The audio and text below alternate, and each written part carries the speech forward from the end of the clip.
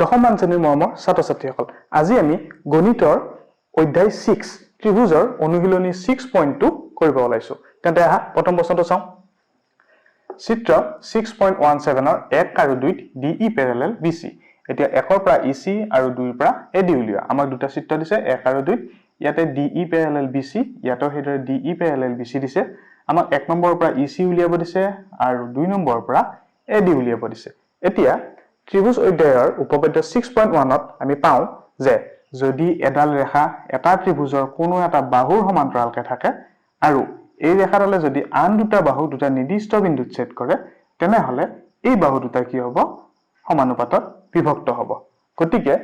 সেই উপপাদ্যটোৰ পৰা আমি ইয়াতে লিখিব পাৰো যে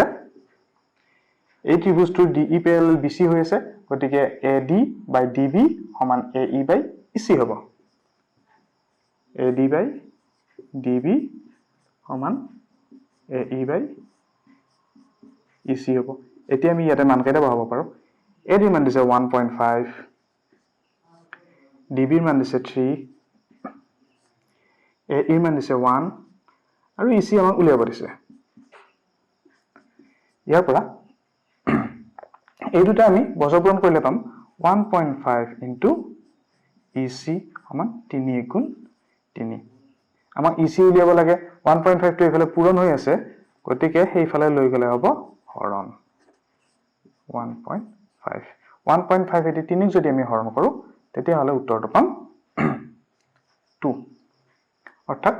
EC ৰ মান পালো আমি 2। EC ৰ মান 2। ঠিক সেইদৰে 2 নম্বৰটো আমি ইয়াৰ পৰা কৰিব পাৰো। 2 নম্বৰটো ত্ৰিভুজ ABC ৰ DE প্যাৰেলাল BC, গতিকে AD by DB AE by EC। AD by DB সমান AE by EC। AD আমাক উলিয়াব দিছে, AD টো AD থাকিল, DB ৰ মান দিছে 7.2, AE ৰ মান দিছে 1.8 আৰু EC ৰ মান দিছে 5.4। এতিয়া আমি ইয়াতে বৰ্গপূৰণ কৰিব পাৰো AD আৰু 5.4। AD পূৰণ 5.4, সেইফালে হ'ব 1.8 পূৰণ 7.2। এতিয়া AD টোৰ লগত 5.4 পূৰণ হৈ আছে, এইফালে গলে হৰণ হ'ব। AD টো AD ৰাখিলো, 1.8 into 7.2 divided by 5.4। এতিয়া এইখিনি কাটাকাটি কৰিলে উত্তৰটো ওলাব। এইটো যেনিবা 18 বুলি ধৰিলো, এইটো 54 বুলি ধৰিলো। 18 টো 54 ত গল 3 বাৰ, 3 18 54 আৰু 3 দি 7.2 কৰিলে হ'ব 3 2 6 আৰু 3 4 12, অৰ্থাৎ 2.4। এটা AD ৰ মান পালো আমি 2.4। সহজ। এবাৰ 2 নম্বৰটো চাওঁ। 2 নম্বৰ দিছে ত্ৰিভুজ PQR ৰ PQ আৰু PR বাহুৰ ওপৰত ক্ৰমে E আৰু F দুটা বিন্দু। তলৰ প্ৰতিটো ক্ষেত্ৰতে EF প্যাৰেলাল QR হয় নে নহয় উল্লেখ কৰা। আমাক দিছে ত্ৰিভুজ PQR। PQR PQ আৰু PR বাহুৰ ওপৰত এই PQ আৰু PR বাহুৰ ওপৰত E আৰু F দুটা বিন্দু। E আৰু F দুটা বিন্দু। আমাক EF প্যাৰেলাল QR হয় নে নহয় চাব দিছে। EF প্যাৰেলাল QR হয় নে নহয় চাব দিছে। এতিয়া যদি EF প্যাৰেলাল QR হয় তেনেহলে আমি পাম উপপাদ্য 6.1 ৰ মতে যদি EF প্যাৰেলাল QR হয় তেন্তে PE by EQ সমান PF by FR হ'ব লাগিব। আমি পাইছো উপপাদ্য 6.1 মতে। গতিকে PE ৰ মান কিমান দিছে 3.9, EQ ৰ মান দিছে 3, PF ৰ মান দিছে 3.6 আৰু FR ৰ মান দিছে 2.4। এতিয়া এইটো কাটিলে 3 দি 3.9 ত কাটিলে 3 1 গুণ 3, 3 3 গুণ 9 আৰু এইটো কাটিলে কিমান যাব 6 4 গুণ 24, 6 6 গুণ 37, 2 2 গুণ 4, 2 3 গুণ 6, 2 দি 3 গুণ কৰিলে 1.5, অৰ্থাৎ 1.3 আৰু 1.5 সমান নহয়। গতিকে PE আৰু by EQ PF by FR সমান নহয় PE by EQ does not equal to PF by FR গতিকে আমি ক'ব পাৰিম যে এই ক্ষেত্ৰত এইফালে লিখিছো এই ক্ষেত্ৰত EF QR ৰ সমান্তৰাল নহয়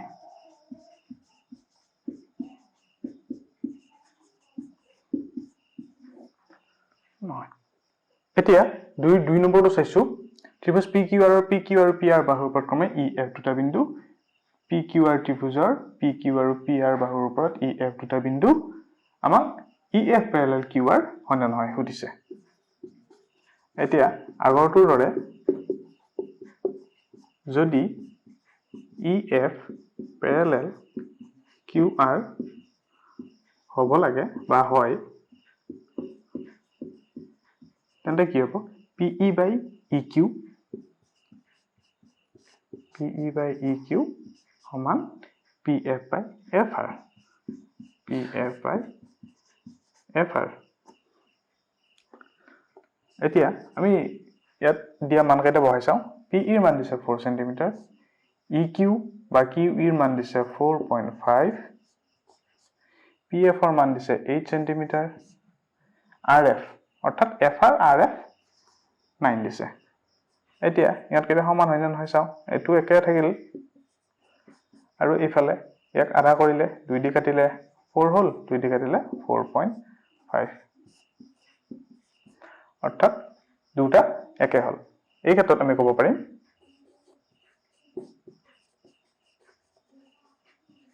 এই ক্ষেত্ৰত EF parallel QR হয় আগৰটোৰ দৰে এতিয়া আহো 2 নম্বৰ 3টো লৈ 2 নম্বৰ 3টো কৰাৰ আগত আমি এইটো কথা আৰু লগতে জানি ল'ব লাগিব যে যদি এটা ত্ৰিভুজৰ এই বাহুটো আৰু এই বাহুটো সমান্তৰাল হয় তেন্তে PE by EQ PF by FR এটো হোৱাৰ উপৰিও আৰু কি হয় PE by PQ হয় সমান PF by PR হয় এই প্ৰমাণটো তোমালোকৰ কিতাপৰ উদাহৰণ 1ত কৰি থোৱা আছে এতিয়া ইয়াৰ পৰা আমি কি পালো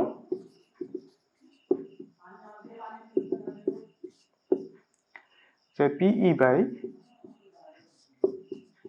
PQ সমান PF by PR এতিয়া PE ৰ মান কিমান দিছে 0.18 PQ ৰ মান দিছে 1.28 PF ৰ মান দিছে 0.36 আৰু PR ৰ মান দিছে 2.56 দশমিকত যদি হৰণ কৰাত দিগদাৰ হয় তেনেহলে আমি দশমিকটো উঠাই দিব পাৰো দুটাৰ পিছত দশমিক আছে ইয়াতেও দুটাৰ পিছত দশমিক আছে গতিকে দশমিকটো আমি উঠাই দিব পাৰো ঠিক আছে ইয়াতেও দুটাৰ পিছত দশমিক ইয়াতেও দুটাৰ পিছত দশমিক 256 এতিয়া আমি কাটাকাটি কৰিব পাৰো 2 দি কৰিলে 9 বাৰ 2 দি কৰিলে 6 4 64 আৰু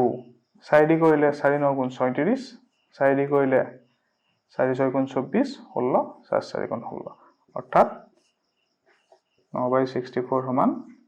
9/64 দুটা সমান হল অৰ্থাৎ এই ক্ষেত্ৰত কি পালো এই ক্ষেত্ৰত EF parallel QR হয় পাইছা নিশ্চয় বুজি এতিয়া আহো 3 নম্বৰটো লৈ 3 নম্বৰ দিছে চিত্ৰ 6.18 ত ইয়াতে যদি LM parallel CB LM parallel CB আৰু LN parallel CD প্ৰমাণ কৰা যে AM by AB AM by AB আৰু AM by AD ইহঁত দুটা সমান বুলি দেখুৱাব দিছে আমি পাইছো আগতে উপপাদ্য 6.1 ৰ মতে কৰিব পাৰিম প্ৰথম আমি এই ত্ৰিভুজটো লওঁ ত্ৰিভুজ ABC চিৰ পৰা আমি কি পাওঁ LM parallel CB LM parallel CB যদি এই ত্ৰিভুজৰ এইটো বাহু আৰু এইটো বাহু সমান্তৰাল হয় তেন্তে আমি পাইছো AM by MB AM by MB কাৰ সমান হ'ব AL by LC AL by LC এইটো এক নম্বৰ দিলো ঠিক এইদৰে ত্ৰিভুজ ADC ৰ পৰা ত্ৰিভুজ ADC ৰ পৰা আমাৰ কি দিয়া আছে LN parallel CD LN parallel CD যদি এই ত্ৰিভুজটোৰ এই বাহুটো আৰু এই বাহুটো সমান্তৰাল হয় তেন্তে আমি কি পাইছো AM by ND AN by ND আৰু সমান হ'ব AL by LC এটো 2 নম্বৰ দিলো এতিয়া 1 আৰু 2 পৰা আমি কি পাওঁ AL by LC AL by LC এই সোঁ সাইডটো সমান হৈ আছে দুটাৰে গতিকে আমি কি ক'ব পাৰো যে ইয়াৰ বাওঁ সাইডটো সমান হ'ব 1 আৰু 2 পৰা আমি কি পাওঁ AM by MB কাৰ সমান হ'ব AM by ND কিন্তু আমাক কি লাগে AM by AB লাগে AM by MB হে হৈ আছে গতিকে আমি এটো কি কৰিব লাগিব উদাহৰণ একটো চাবা এটো তাতেও দিয়া আছে ধুনিয়াকে আমি এটো আগতে উলুটাই দিম MB by AM সমান ND by AM দুইটা হলনি কৰিলো তলটো ওপৰ আৰু ওপৰটো তল এতিয়া দুইটাতে এক যোগ কৰিম MB by AM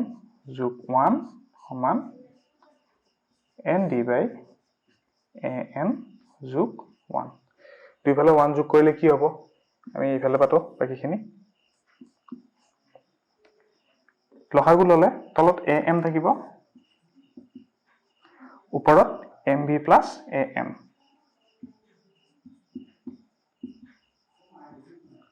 সমান তলত AN থাকিব